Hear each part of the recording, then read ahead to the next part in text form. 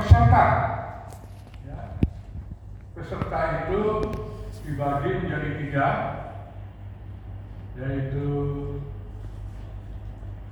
perwakilan dari RT, nanti secara detailnya nanti dipanggilkan. Satu RT 3 orang. Yang kedua perwakilan daripada musola 2 orang, DKM musola. Dan yang ketiga adalah pengurus lama, termasuk MS dan DKM.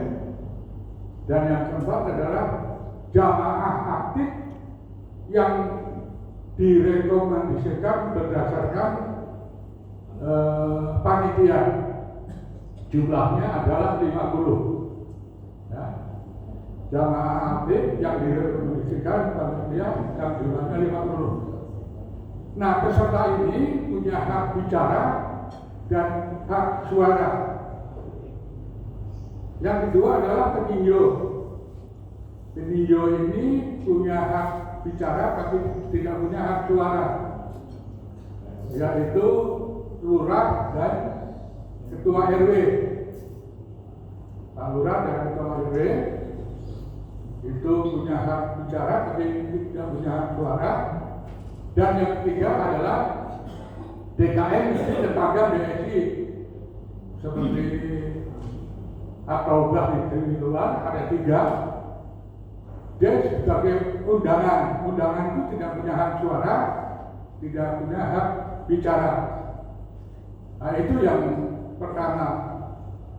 Yang kedua menyangkut susunan tatib, itu secara normatif biasa tentang kualifikasi seorang pengurus yang kita sebarkan kepada seluruh RT untuk diisi, sehingga mudah-mudahan Bapak-bapak ini ketua RT khususnya bisa memberikan nama-nama sehingga bisa membantu panitia dalam menyeleksi untuk kemudian dipilih di dalam pemilihan.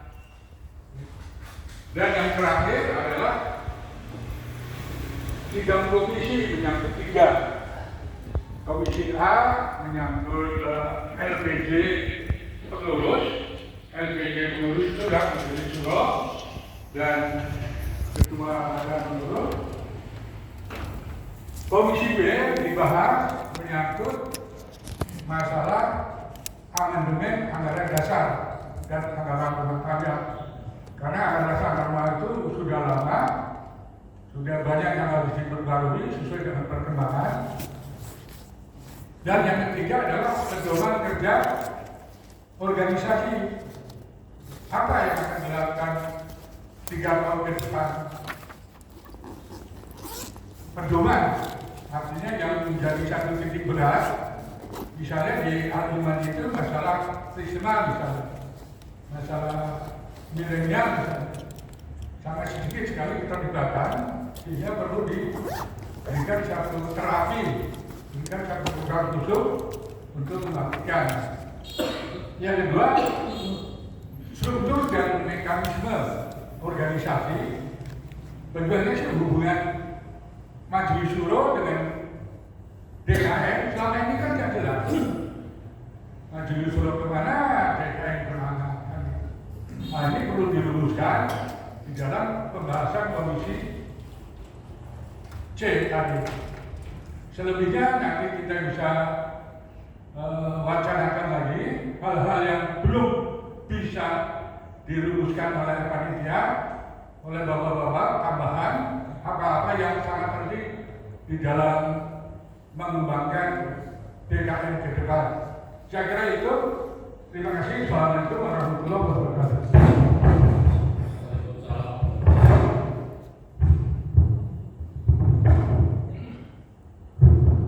Waalaikumsalam warahmatullahi wabarakatuh.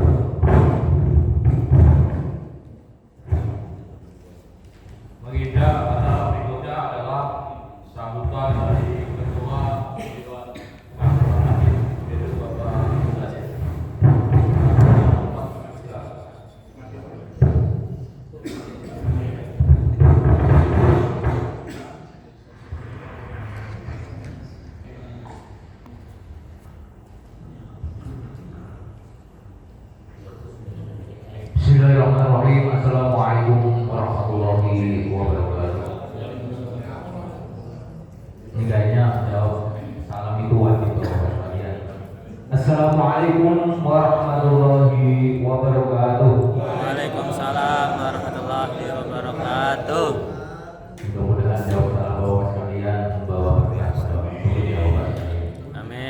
Alhamdulillahirabbil alamin wassalatu wassalamu ala asyrofil anbiya'i wal mursalin wa ala alihi wa sahbihi ajma'in.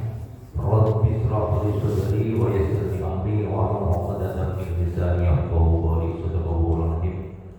Yang sama-sama kita hormati Bapak Ketua Panitia Pemilihan Dewan Paliman 2024-2026 Bapak Jatmiko, yang alhamdulillah sudah disampaikan dengan ikhlas memimpin kepanitiaan ini dan didukung kepada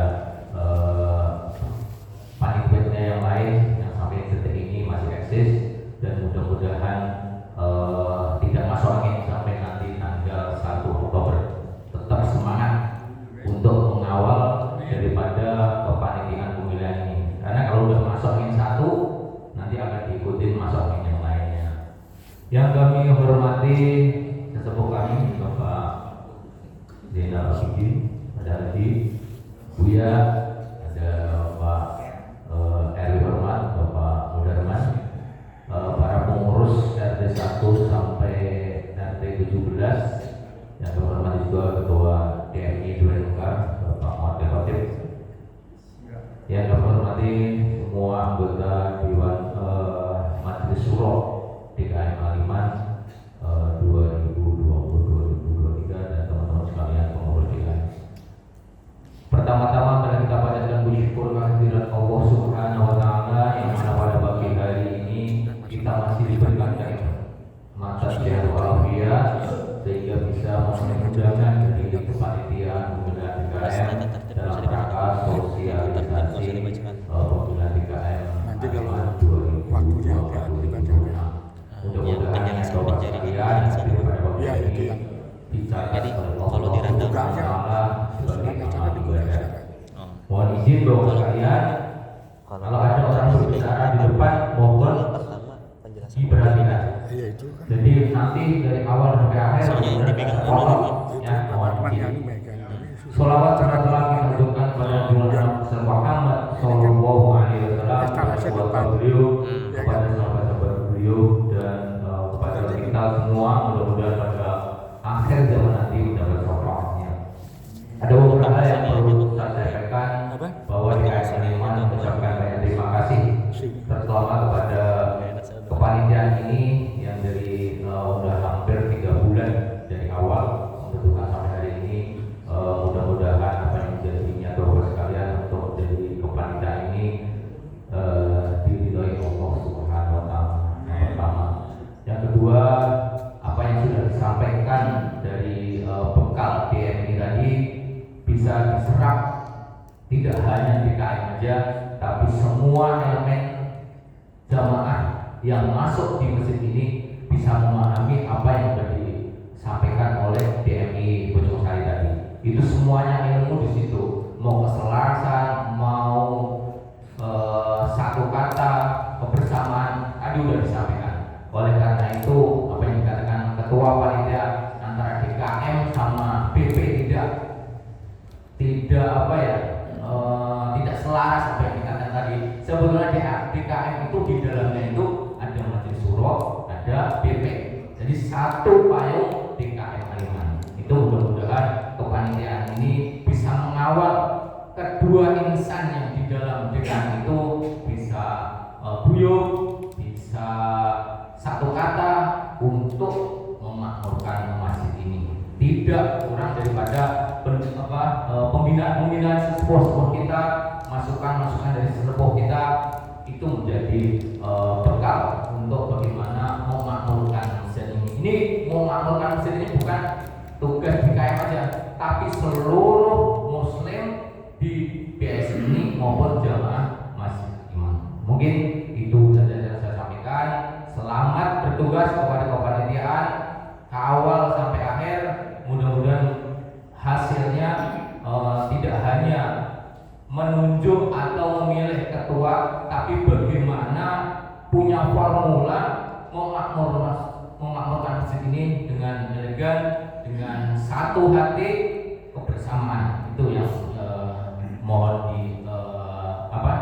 diperhatikan dalam pemilihan DKM.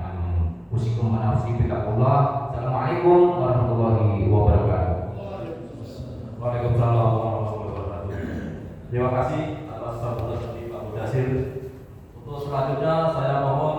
perwakilan dari Ketua Majelis Suro Buya.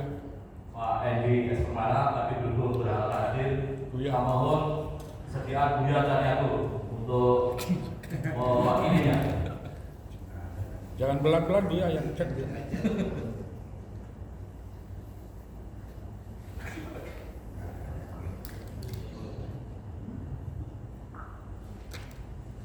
Assalamualaikum warahmatullahi wabarakatuh. Waalaikumsalam. Saya langsung saja sebagai masukan. Saya Ketua Majelis Suro 2 periode yang lalu. Sekarang saya anggota Majelis Suro. Ketuanya Pak Endi. Waktu saya pegang periode saya itu ada ADART. Jadi DKM yang sebelum saya. Waktu periode saya dengan Pak Jad juga sebagai sekretaris di Majelis Suro itu kita bisa dikatakan sempurnakan.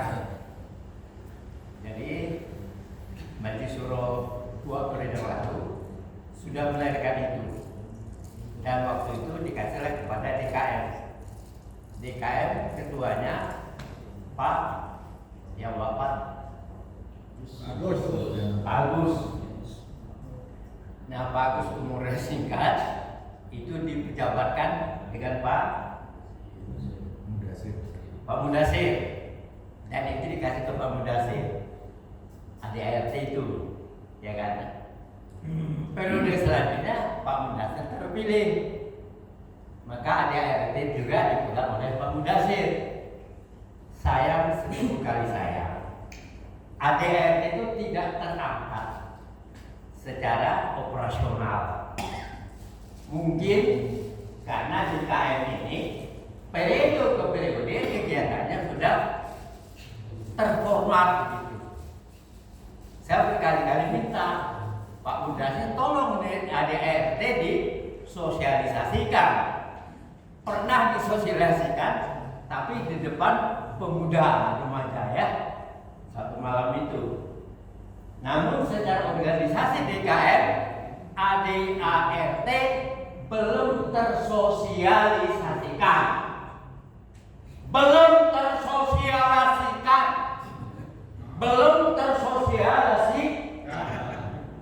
Yang ada berproses sebagaimana. Namun PKB jalan, alhamdulillah. Saya salut dengan Pak Mudasir karena mungkin secara organisasi tidak berjalan maksimal, tapi DKM tetap punya aktivitas. Itu panitia. Jadi kalau nanti ada acara musyawarah, ini tolong tentu DKM dengan Majelis Suro, karena ini ADART satu yang harus dijalankan, itu dibicarakan. Dan itulah nanti diamanahkan kepada panitia.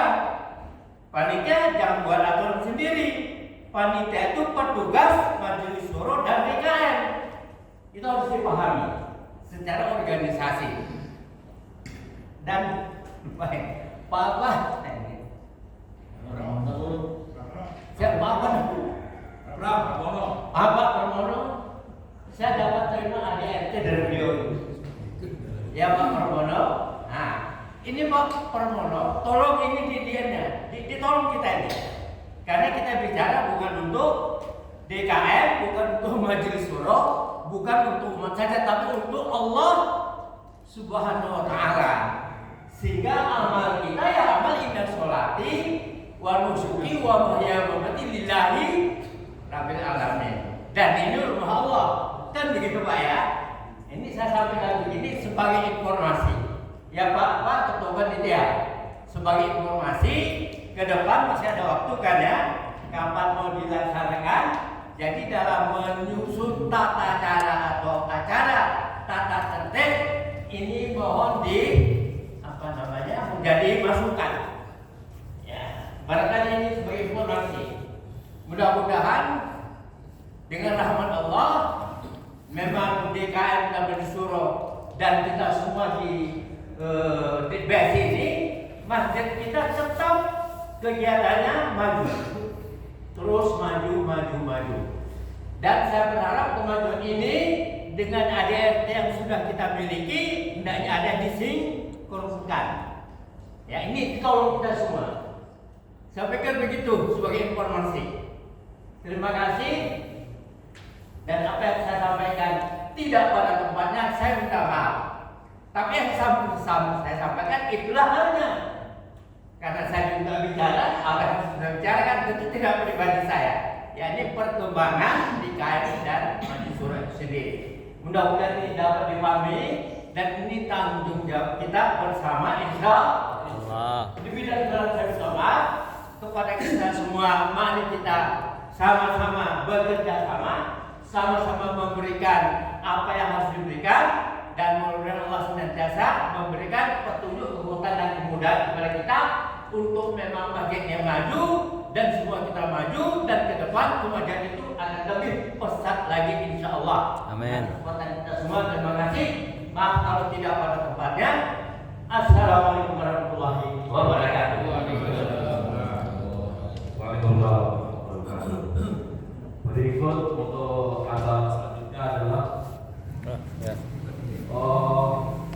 pembacaan jadwal acara.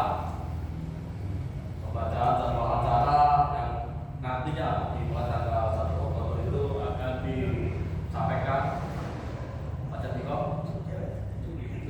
atau oke, baik.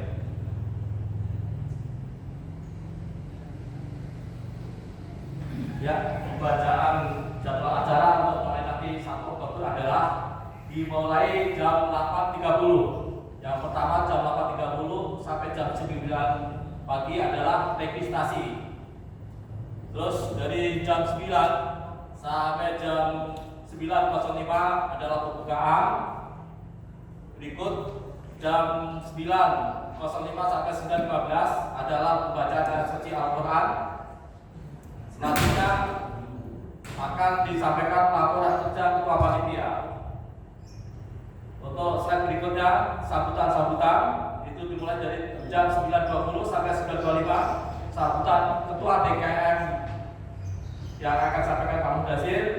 Berikutnya adalah sambutan untuk ketua RW atau dari pihak kelurahan. Selanjutnya akan disampaikan dari jam 9.30 mengenai sidang pleno. Jam 9.30 akan diadakan sidang pleno. Berikutnya adalah dari 9.30 sampai 9.45 adalah pengesahan quorum dan tata tertib musyawarah. Selanjutnya jam 9.45 sampai jam 10 adalah pemilihan pimpinan sidang definitif dan penyerahan pimpinan sidang. Setelah itu baru jam 10 dilanjutkan dengan sidang pleno. Berikut jam 10 sampai 10.30 adalah laporan LPJ, laporan pertanggungjawaban Majelis Syuro dan Dewan Kemakmuran Masjid, serta pemandangan umum dan arahan pembahasan di tiap-tiap komisi. Selanjutnya untuk 10.30 sampai 10.45 sekitar 15 menit pembentukan komisi dan penetapan ketua komisi masing-masing, ketua dan sekretaris. 10.45 sampai 11.30 komisi A akan menyampaikan laporan pertanggungjawaban, dan yang komisi B adalah untuk pembahasan AD dan ART. Untuk komisi C tentang pedoman program kerja selanjutnya. Berikut jam 11.30 sampai jam 12 pembacaan dan pengesahan hasil notulen rapat komisi A, komisi B dan komisi C. Jam 12 sampai jam 13 adalah untuk istirahat, makan siang dan sholat. Dan akan dilanjutkan sidang pleno yang kedua, yaitu sidang pleno yang ketiga ya. Sidang pleno yang ketiga jam 1 sampai jam 2 adalah pemilihan Majelis Syuro yang dipimpin pimpinan sidang definitif. Jadi tadi pemimpin sementara sidang dialihkan ke pemimpin yang definitif. Itu dilaksanakan jam 13 sampai jam 20. Pemilihan Majelis Syuro, definitif, presentasi calon, pemilihan musyawarah dan lobby-lobby serta penentuan syarat serta perhitungan sampai terbentuk dan terpilih Majelis Syuro. Berikutnya adalah jam 14 sampai 00 penyerahan pimpinan sidang kepada Majelis Syuro terpilih. Jam 12, jam 14, jam 2 sampai jam ketiga, pemilihan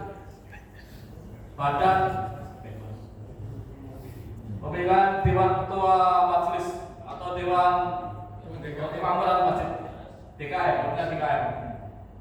Berikutnya adalah setelah terbentuk daripada pimpinan itu sudah terbentuk, sudah terpilih ketua DKM yang definitif. Setelah itu baru nanti jam 3 itu penutup. Setelah berikutnya adalah sambutan ketua MS, sambutan dari ketua Dewan Kemakmuran Masjid dan doa. Setelah itu selesai. Pindah urutan susunan acara untuk mulai tanggal 1 Oktober. Mungkin ada yang perlu disampaikan dari jamaah sekalian, barangkali ada yang masukan-masukan, karena ini kan adalah ringkasan daripada kegiatan nanti tanggal 1 Oktober. Barangkali ada masukan dari para bapak-bapak sekalian, bapak silakan. Silakan Pak Desain. Oh, silakan Pak Mutara.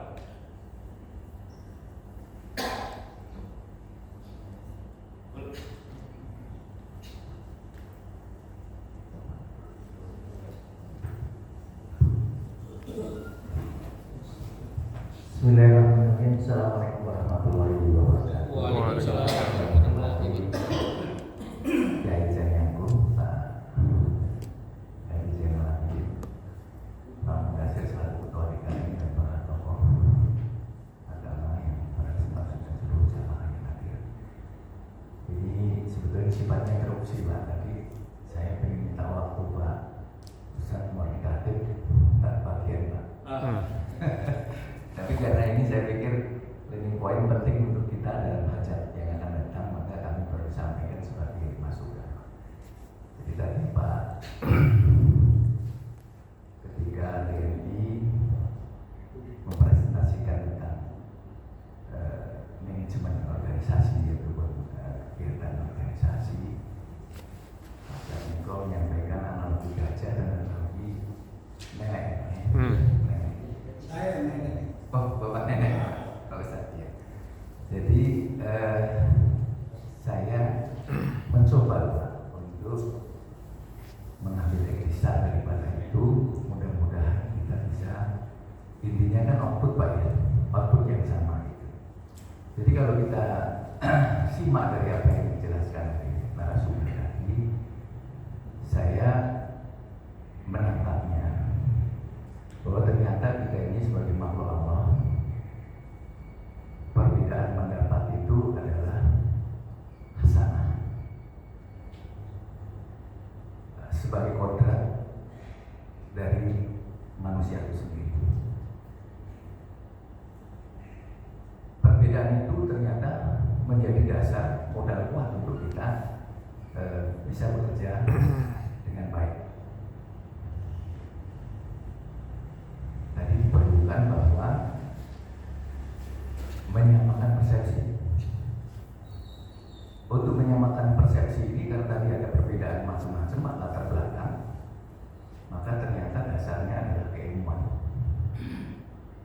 Ilmu ini tidak terbatas dari keluar dari beliau Pak Kiai atau maupun dari jamaah umum misalnya seperti saya.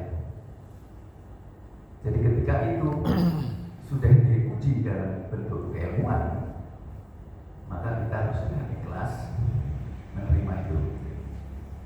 Ini sebetulnya tujuannya untuk memperkecil atau bahkan kalau bisa meniadakan perdebatan yang mungkin tidak diperlukan. Tetapi kemudian mengerucut kepada persamaan persepsi yang akan kita tuju. Nah ini sangat sangat relevansi sekali dengan kegiatan yang akan diadakan oleh Pak Jatmiko dan tim dalam rangka pemilihan MS ataupun pemilihan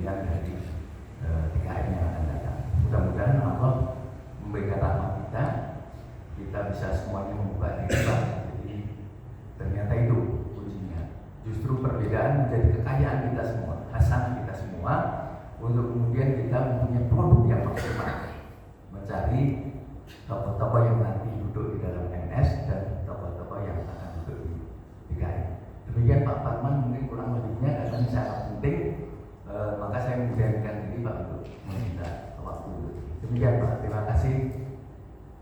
Wassalamualaikum warahmatullahi wabarakatuh. Waalaikumsalam. Terima kasih Pak atas sambutannya. Berikut ada masukan lagi dari Pak Desemen. Monggo silakan. Assalamualaikum warahmatullahi wabarakatuh. Waalaikumsalam warahmatullahi wabarakatuh. Terima kasih kepada saudara moderator yang telah memberikan waktu untuk saya. Yang sama-sama kita hormati para orang tua kita, ada Bapak Haji Zainal, ada Buya, dan juga teman-teman kita, ada Pak Darman, dan tentu teman-teman kita hormati Bapak Panitia beserta seluruh jajarannya, dan teman-teman kita ini para ketua RT, tokoh masyarakat yang hadir. Sedianya ini akan lebih dari yang hadir pada pagi hari ini. Kita akan mengadakan sesi terkait dengan rencana yaitu hajat Masjid Aliman. Nah, ini mungkin yang perlu dibahas ke depan, apakah memang waktunya atau apa yang sehingga dalam kegiatan sosialisasi memang betul-betul tersosialisasikan dengan baik. Nah, terkait dengan kegiatan pelaksanaan musyawarah besar DKI Aliman ini memang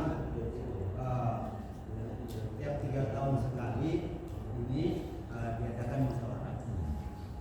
Dan dinamika dalam musyawarah memang kita tahu selama kita terlibat dalam tata kelola masjid memang cukup melelahkan. Tapi kalau kita menyikapi apa yang disampaikan dari Dewan Masjid Jati, nampaknya sangat sederhana meskipun ada hal yang harus ditaati. Artinya menyepakatan persepsi sehingga dalam mengelola masjid itu nyaman ataupun tidak. Nah, maka perlu kami sampaikan dalam musyawarah nanti, karena memang kita sepakat pada tahun 2017 panitia telah melahirkan yang namanya tadi disebutkan adalah anggaran dasar anggaran rumah tangga. Ini memang dibutuhkan untuk mengelola masjid dengan baik, harapan baik dan benar. Tetapi ternyata itu belum disepakati. Kita belum disepakati, sepakat dalam ini, tapi belum disepakati dalam pengelolaannya. Jadinya pengurus itu belum sepakat, pada prinsip belum sepakat karena belum tersosialisasi dengan baik. Tetapi sepakat menggunakan anggaran dasar anggaran rumah tangga. Nah, pada saat pelaksanaan pemilihan kita gunakan anggaran dasar rumah tangga.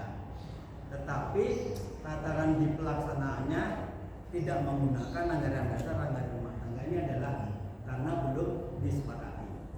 Nah, maka untuk panitia yang sekarang ini mudah-mudahan nanti ada waktu untuk perubahan anggaran dasar anggaran rumah tangga. Karena anggaran dasar anggaran rumah tangga itu bisa dirubah pada saat musyawarah besar.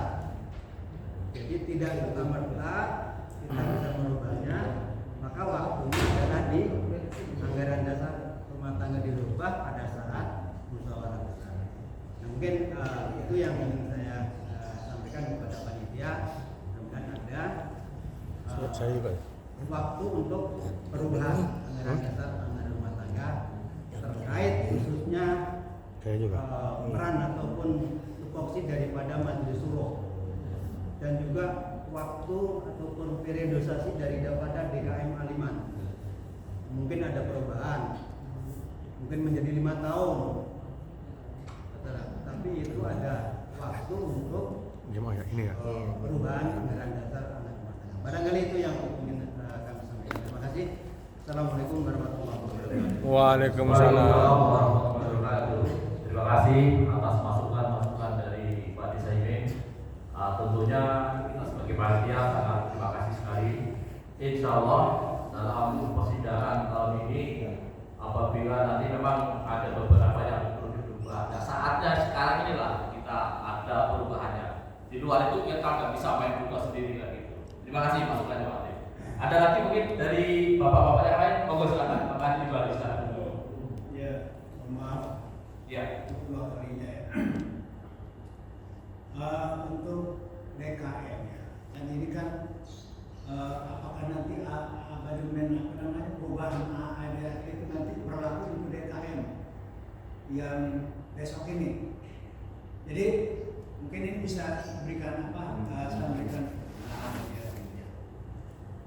memang kita mungkin katakanlah di luar, maaf ya, di luar RT RW ini khusus karena DKM adalah lembaga independen, betul ya, independen.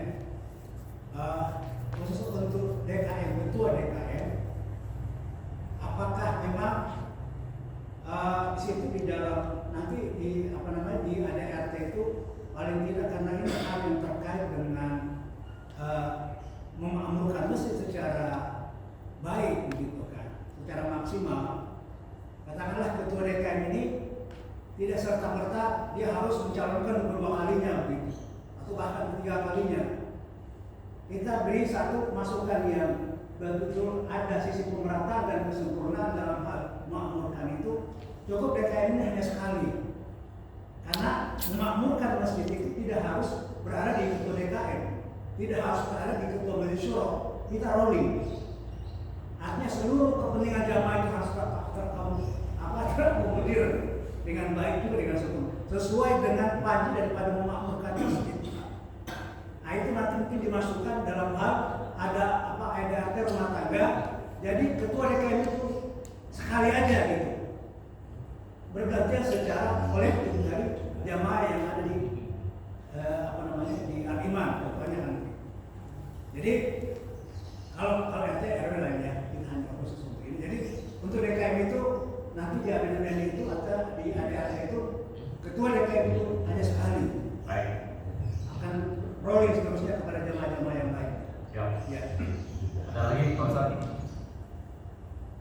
Terima kasih atas masukan Pak Adi Bali bahwa DKM diusulkan adalah mungkin satu periode. Nah, mungkin bisa juga nanti tidak pertimbangannya apakah nanti bisa tambah satu periode jadi dua periode dan begitu maksudnya.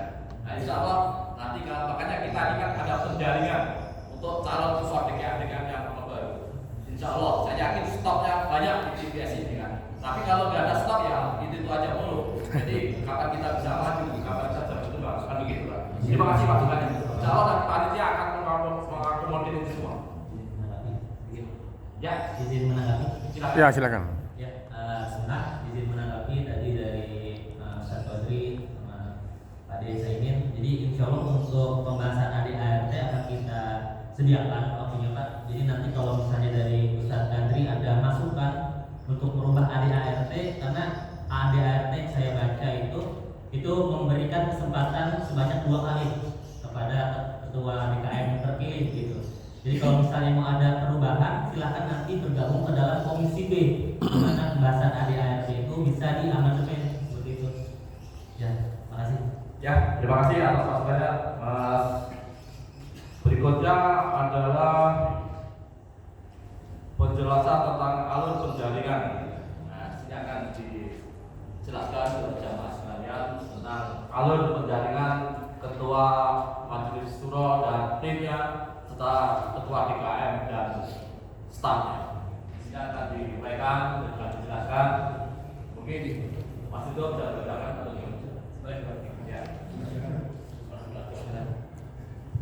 Assalamualaikum warahmatullahi wabarakatuh. Mohon izin Bapak-bapak, ini saya duduknya agak miring karena pampelnya kurang panjang. Ya. Bismillah, alhamdulillah, wassalamualaikum warahmatullahi wabarakatuh. Yang saya hormati Ketua DKM Al-Iman, Ketua MS beserta dengan staf dan jajaran Ketua Lingkungan.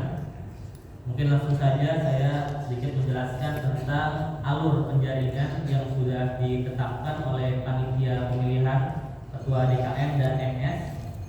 Yang pertama kita jelaskan persyaratan calon majelis syuro. Nah, persyaratan calon majelis syuro ini kita ambil dari hasil ADART Pak, yang ada di ADART biar jadi kita tidak meniadakan apa yang tertuai di dalam ADART, kita tuangkan semuanya yang ada di sini, dan untuk detail-detail yang belum ada kita tambahkan. Jadi yang pertama persyaratan calon majelis syuro, kriteria yang pertama adalah laki-laki berusia di atas 40 tahun. Berarti 41 sampai selanjutnya, atau 40 tahun plus 1 bulan. Yang kedua, berperilaku baik dan tidak sedang menjalani proses hukum. Yang ketiga, aktif mengikuti kegiatan masjid atau musola. Yang keempat, memahami manajemen masjid dan pengetahuan Islam. Yang kelima, jujur, amanah dan bertanggung jawab. Yang keenam, berdomisili tetap di perumahan Bukit Sawang Indah. Jadi berdomisili artinya tinggal di BSI. Yang selanjutnya, mengisi formulir pendaftaran calon anggota Majelis Syuro Masjid Al-Imam. Jadi harus mengisi form pendaftaran yang nanti juga kita akan bahas. Yang terakhir, calon Majelis Syuro didukung sekurang-kurangnya oleh 2 unsur peserta musyawarah.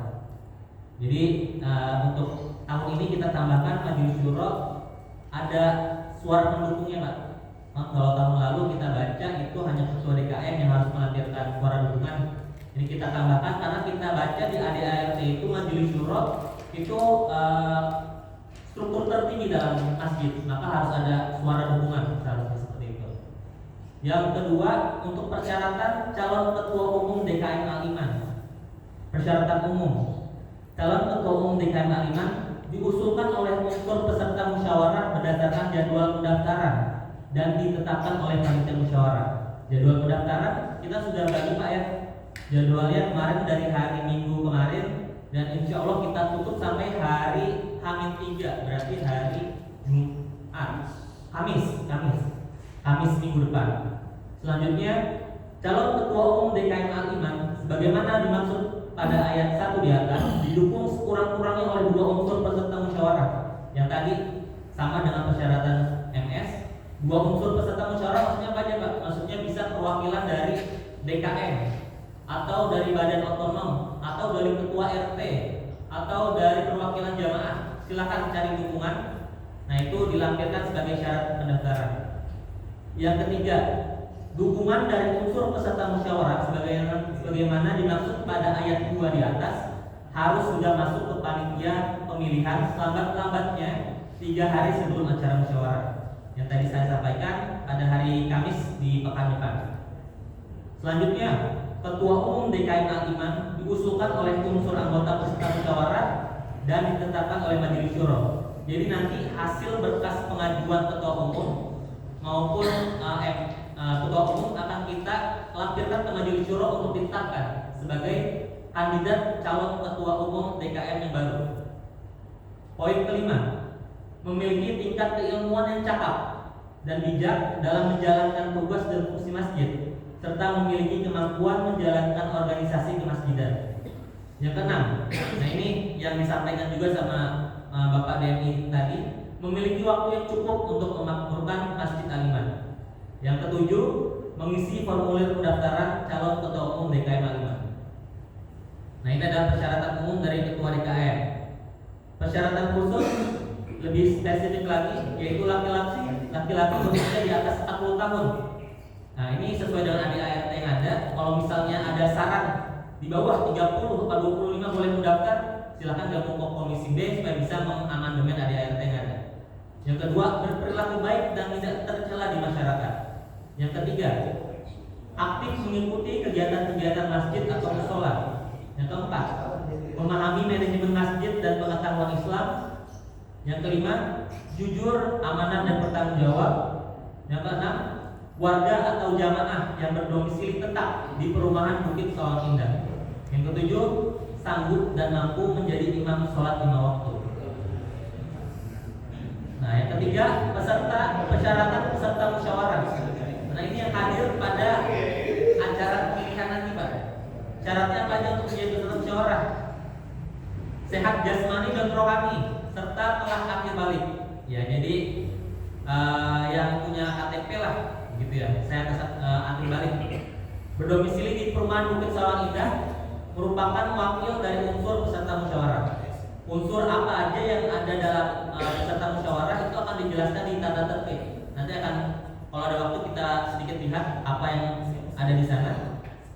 Nah, itu persyaratan-persyaratannya, Pak. Nah, ini form yang sudah kita edarkan. Yang pertama, formulir pendaftaran calon peserta musyawarah DKM Maliman. Ini kita sebarkan ke masing-masing ketua RT. Izin Pak RT, ini sudah terima ya Pak undangannya? Ya.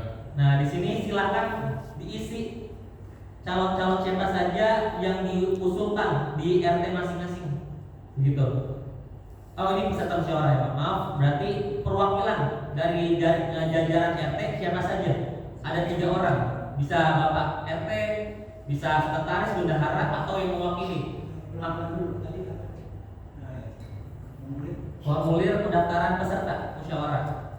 Jadi yang nanti bakal memilih punya hak suara dan berbicara. Nah, ini silakan Bapak RT masing-masing usulkan 3 orang. Ini kenapa 3? Alasannya karena nanti komisinya dibagi 3 Pak. Yang pertama akan membahas LPJ, yang kedua bahas ADART, yang ketiga program kerja.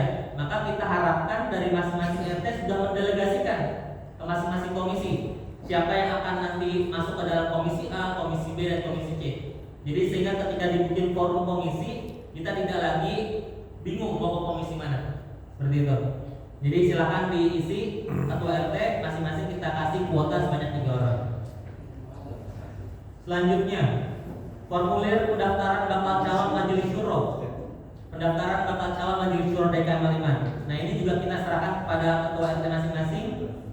Silakan dari warganya mendukung atau mencalonkan diri siapa saja di sini ditulis Pak. Ya, nama di sini mencalonkan diri sebagai calon majelis syuro. Nah, di sini bisa ditulis siapa saja. Dan untuk mendukung ini bisa dari RT yang lain, misalnya dari RT Bapak, warga RT Bapak mendukung majelis syuro yang ada di RT lain, silakan ditulis saja di sini. Karena itu akan menjadi pertimbangan dari panitia pemilihan berapa besar, berapa banyak pendaftar yang mencalonkan diri sebagai majelis syuro dan berapa banyak dukungan suaranya. Seperti itu.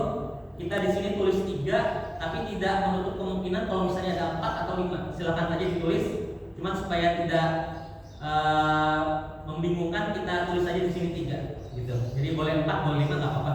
Kalau misalnya nggak ada juga nggak apa-apa. Tapi kita harap sih dari masing-masing RT ada perwakilan atau dukungan pada calon majelis syuro.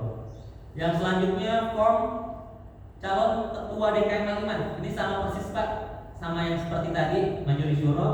Silakan berapa kandidatnya yang didukung dituliskan saja di sini. Tapi yang perlu dan wajib sebagai syarat pendaftaran adalah form yang terakhir Pak. Formulir dukungan bakal calon ketua atau majelis syuro DKM Maliman. Jadi setiap nama-nama yang tercantum misalnya di sini itu disertakan formulir dukungannya Pak. Misalnya nama saya misalnya Ridho, alamat RT 12 mendukung misalnya Pak Jatmiko sebagai majelis syuro. Nah, itu tanda tangan, nama tanda tangan di sini. Itu sebagai jumlah sebagai dukungan bakal calon ketua ataupun majelis syuro yang akan kita pilih pada pemilihan tanggal 1 Oktober yang akan datang. Jadi seperti itu alurnya. Sampai sekarang masih kita buka pendaftarannya. Batas maksimal pengiriman form maupun formulir dukungan itu kita tunggu sampai hari Kamis malam. Seperti itu Pak. Kalau misalnya ada yang mau disampaikan atau ditanyakan, saya kembalikan saja Pak. Barangkali dari penjelasan panitia tadi ada yang kurang jelas atau mungkin ada yang mau disampaikan, ada usul monggo silakan Pak. Mungkin Mas Yudho perlu dijelaskan. Ya. Di situ disebutkan ada dua unsur bukan. Apa yang dimaksud unsur bukan? Nama atau institusi? Jadi ada 2 unsur yang untuk sebagai dukungan positif itu mungkin dari jamaah atau dari RT atau dari majelis taklim. Tolong disampaikan. Ya. Saya berarti izin membuka ini Pak ya. Nah, ada RT ini. Ya.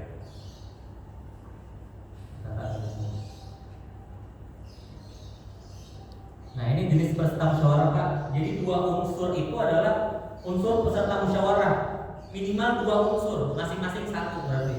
Misalnya panitia musyawarah itu 1 unsur, atau majelis syuro 1 unsur. Jadi minimal ada 2 unsur yang mendukung, entah itu perwakilan setiap RT, cari misalnya 1 orang, terus ada juga yang perwakilan dari musola, misalnya dia didukung juga dalam musola yang ada di BSI. Oh, jadi unsurnya itu